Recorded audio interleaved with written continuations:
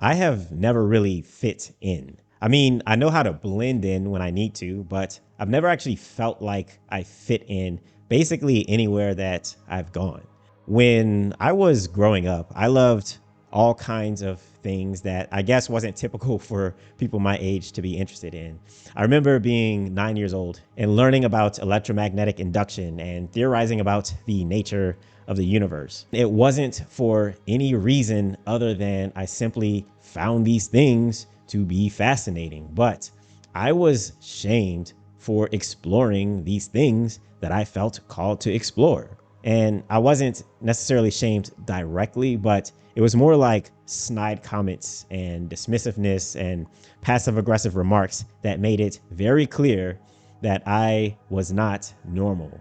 And this weighed so heavily on me because at the time I didn't have the confidence or the wisdom to really understand that it was okay to be different. I didn't realize that all of the negative energy that I received from so many people was due to their own insecurities and their own ignorance. And unfortunately, back then, I thought something was wrong with me for being interested in things that nobody else my age seemed to care about at all. And I could never quite get into fashion or pop culture or whatever else young people back in those days actually cared about. So I really struggled to be authentic with anyone. I had to put on a mask because I didn't want anybody to think that I was weird or that I was lame or someone who they just didn't want to be around. But as I got older, I began to learn that the things that I previously hid about myself were the same things that eventually paved my path towards living my dream life, or at least living much closer to my dream life. So being a nerd, for lack of a better term, that's what gave me the knowledge to get into the best shape of my life at 39 years old without even lifting weights. It was the catalyst for me leaving my corporate 9 to 5 and having much more time to do with my life whatever I want. It's the reason why I'm now here in Europe, living a slower and a much more peaceful life. So the lesson that took me so much longer to learn than it probably should have taken is that in this modern world, it is advantageous to embrace your authentic self at the risk of everyone else not understanding you. Because in reality, most people don't actually know what they're doing in life. They're just following whatever blueprint that they were told to follow, and they play by the rules of a broken system. Referencing a quote from Eric Fromm, the fact that millions of people share the same forms of mental pathology does not make these people sane. Over the years, after having conversations with many, many different people about fulfillment and purpose and the meaning of life, I've learned that my experience is not very unique. Like so many people deep down on the inside feel like they have to hide their true selves and they have to conform to a certain lifestyle that they don't even want to live because they know that they'll be misunderstood when they present themselves to the world in a way that challenges the rules, that challenges the status quo.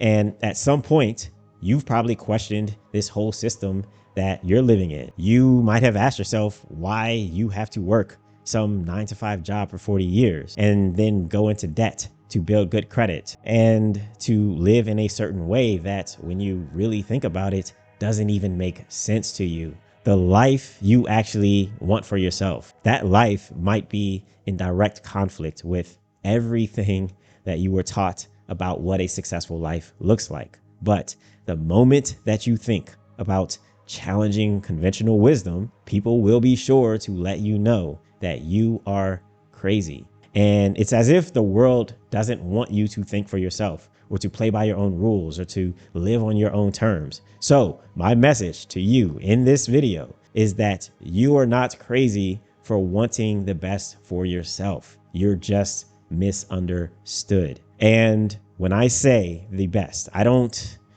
mean it according to whatever society defines is the best, but I mean it in terms of what you know is best. If you're constantly thinking about how much you feel like you don't belong in the corporate rat race, and life for you would be so much better doing a simple job that actually makes you feel fulfilled, then you're not crazy for that. If you feel like things that people buy is mostly like a waste of money and that you find far more satisfaction when you're able to just unplug and live a very simple life with very few possessions, then you're not crazy for that.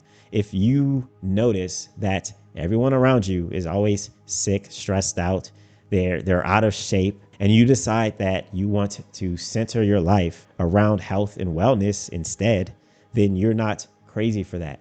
This is how I ended up leaving my corporate job. This is how I ended up giving away almost everything that I own and making my health, physical and mental, a top priority for me. You see, society breeds mediocrity. It's designed for the lowest common denominator, and therefore it is not supportive of people who want to vibrate on a higher frequency, people who want to elevate themselves in mind, in body, in spirit. So if you're somebody who seeks to elevate in any way, then this is probably why most people simply do not understand you. But that should not prevent you from living as authentically as possible. And you certainly should not think that something is wrong with you for wanting to take a different path in life. So if you feel called to do anything that deviates far from what society deems is normal, then you absolutely should pursue that calling 100%, because society is unwell, to say the least. So staying on the normal path is definitely not a winning formula. Quoting Jiddu Krishnamurti, I hope I'm saying that right, but it is no measure of health to be well adjusted to a profoundly sick society. You see, 75% of American adults say that they have no purpose in life. People are really just out here existing, like they're not living for anything. And 2 out of 3 Americans say that they would quit their jobs if money was no issue. And this means that most people, they're going to work because they feel like they have to, not because they want to. They're going to work for that paycheck and probably nothing else. And the real kicker is that 88% of adults in the US are metabolically unhealthy. It's almost totally driven by lifestyle factors like poor eating habits, terrible stress management, not getting enough sleep, living a sedentary lifestyle. So trust me, you are not crazy for intuitively knowing that you want to take a different path. One thing about all of this is that people can definitely feel it when they're not in alignment. Like, you probably know when something isn't right. You know that whatever energy that you're currently feeling, that's a signal that you're on the wrong path, but you may not know exactly where to go from here. So if you do know that something is off and you need to, figure out your next move, then you can tap into the self-reinvention cheat code, which is my 60-day system for transforming your life. And the first module is actually all about finding your true path and living authentically. And you'll also get access to Cerebrix and over 10 hours of video content of everyday people just like you, just like me, telling their stories about how they overcame their own struggles and how they changed their lives. And I find that listening to other people's stories, that's what really gives motivation and inspiration, at least for me. So you can take advantage of that resource. Link is in the description below if you want to do so. Now, with that said, I want to spend the rest of this video diving into exactly what you should do if you decide that you want to finally embrace that inner self who wants to do life differently than everyone else. So if you're ready to drop the mask and exit the system that's keeping so many people out of shape and depressed and lacking purpose, and if you want to start living a truly authentic life on your own terms, then keep listening in, because what I'm about to talk about in this video might change your life. Build subconscious awareness. Conscious awareness represents only about 5% of your total life experience. And so this means that about 95% of everything that you know is buried in your subconscious mind. And Joe Dispenza explains this perfectly in his book, Breaking the Habit of Being Yourself. It's one of my favorite books. So you should definitely pick up a copy, if you're really into these kinds of things. But he says, quote, "We live 95% of our lives from the subconscious mind, repeating the same patterns, thoughts, and behaviors over and over, never realizing that we are capable of creating something completely new. And the subconscious mind is the storehouse of all of your beliefs, emotions, and behaviors. To truly create new possibilities, you must embody new thoughts and feelings until they become the new subconscious patterns. Throughout your life, your mind has subconsciously been recording all of the data that it's taken in. Every conversation you've had, every good and bad thing that you've experienced. It's literally programmed your mind and body to operate in a very specific way. And so the answer to many, probably most of the questions that you have about yourself lies within the subconscious mind. So if you're getting the signals that something is off and you need to course correct and you need to find the path that you're called to be on, then instead of just guessing or looking outward, hoping that someone or something gives you direction, you need to actually look inward. You need to look within yourself. And so tapping into your subconscious mind, that's what's going to help you create an anti-vision, which you can then invert to find your vision. And then from there, you establish a set of values to live by. And then, if necessary, you can use those values and all of that information to set a goal for yourself. And this is what will set you on your correct path. Design your environment. Now, I was never in the military, but I'm quite familiar with the concept of shaping the battlefield. And it's basically that you want to take every measure that's within your control to increase the likelihood of success. So you're taking out bridges and airfields and communications towers so that when you make your main push forward, you face as little resistance as possible.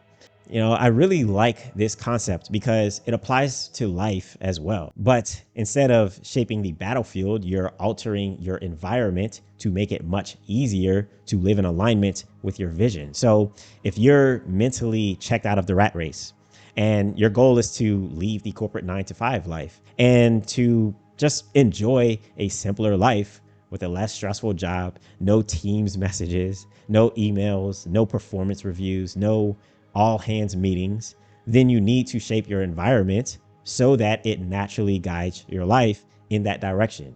You need to modify your environment so that the path of least resistance leads to your ideal state of being. Quoting James Clear, environment is the invisible hand that shapes human behavior. And you don't have to be the victim of your environment. You can also be the architect of it. Your environment is anything that's external to you that you interact with. So that's the physical spaces that you occupy. It's the people that you interact with. It's the information that you consume. It's basically anything that influences your actions, your mood, and your decisions on a daily basis. So the 4 key domains of your environment are physical, which are the actual spaces that you frequent. That's your home, your workplace, your car, places like that. Psychological, which are your thoughts that influence your internal frequency, your internal state of mind. Social, which are the people that you interact with regularly. So friends, relatives, coworkers, romantic partners. And lastly is information. So think about the content that you consume, such as the news, books, lectures, social media, websites, anything like that. Designing your environment means auditing your life within these 4 domains and being very intentional about how you navigate through them, and then finally making changes to each one in support of your vision. Now, I talk about minimalism a lot in my videos, and this one is no different because the philosophy applies here as well. You must clear up any clutter in each of these domains of your life to make space for the things that are more conducive to whatever it is that you want. And this means letting go of material possessions that could be preventing you from moving forward with your life. It means, letting go of negative thought loops and self-destructive habits. It means distancing yourself from people who don't necessarily align with your vision for life, especially the people who call you crazy for pursuing your calling. And it means deleting social media apps, cutting out news, removing any sources of information that's poisoning your mind. And when you do this, you can then make the necessary alterations to your environment, which puts you in alignment with your purpose. When you're living in alignment, you no longer feel like you're the crazy one because Your environment has been curated specifically for the purpose of guiding you towards your ideal lifestyle, and you know that you're on the correct path for you. Establish systems for living. Systems to live by are truly a life hack. Quote, goals are good for setting a direction, but systems are best for making progress. A well-designed system will always win. Having a system is what matters. Committing to the process is what makes the difference. End quote. We have just talked about the importance of designing your environment because it is essential for putting you on the right path. But the next challenge is staying on your path, because consistency over a period of time, that's where the real results come from. And quite frankly, this is where a lot of people fail. Like, how many people have you seen, just give up on trying to get back into shape? Or how many people have you seen throw in the towel on a new business idea, or they quit prematurely when they're trying to do anything that's difficult? If they're trying to learn a new language, they're trying to learn how to play an instrument, anything like that, right? They just give up because it's too difficult and they're not consistent enough. And the reason is that people rely way too much on discipline to be consistent. On a daily basis, our moods change. Sometimes we just don't want to do things. We get tired. Other times we're discouraged because keeping a positive outlook all the time is exhausting. Consistency requires a lot of cognitive energy. The brain alone consumes a quarter of the body's total energy, even though it comprises only about 1/20th of our total body mass. So yes, even the act of thinking, the act of trying to make the right decision can be draining. We have a cognitive battery, and once the cognitive energy is drained from that battery, we lose our ability to stay consistent and stay on task and to push through inevitable resistance. So how do we build efficiencies into our life? How do we reduce the cognitive energy requirement for resisting distractions and staying true to our calling, to our path? And we do this by creating systems for living. Now, there's no single system that works for everyone, because what works for one person will not necessarily work for the other. But generally speaking, systems are just a set of rules, actions, automations that put key elements of your life on autopilot. So having a morning routine, that's a system. Having a schedule, that's a system. Having recurring events in your life, that's a system. So systems, they don't need to be complicated. They just need to tell you what to do, when to do it, how to do it, who to do it with, and where to do it, so that you don't need to constantly make these decisions for yourself. The decision is made one time in the beginning when you create your system for living, and then from there you just move forward with it. And because you've done the work of looking inwards and finding your purpose in life, and you've designed your environment for the path of least resistance, your system is going to be much easier to implement than it is for someone who hasn't made these conscious decisions. Okay. And when you follow this simple blueprint, you can finally stop living this life where you know that you don't quite fit in, and you also don't embrace your authentic self out of fear of being misunderstood. Instead, you create a reality where you are crystal clear on what you want in life, and you have a support system to help you achieve that ideal lifestyle for yourself. So if you want to leave corporate America, or if you want to stop participating in a culture of consumerism and financial slavery, or you want to center your life around health or family, then you can use this framework. And once again, if you're ready to take the initiative to stop letting people who don't understand you dictate your life, then I created the self-reinvention cheat code, which is specifically designed to help you do this. Or if you're not ready for that, then you can also check out the other free and paid resources that I've created to support you in your journey. Links to everything are in the description below.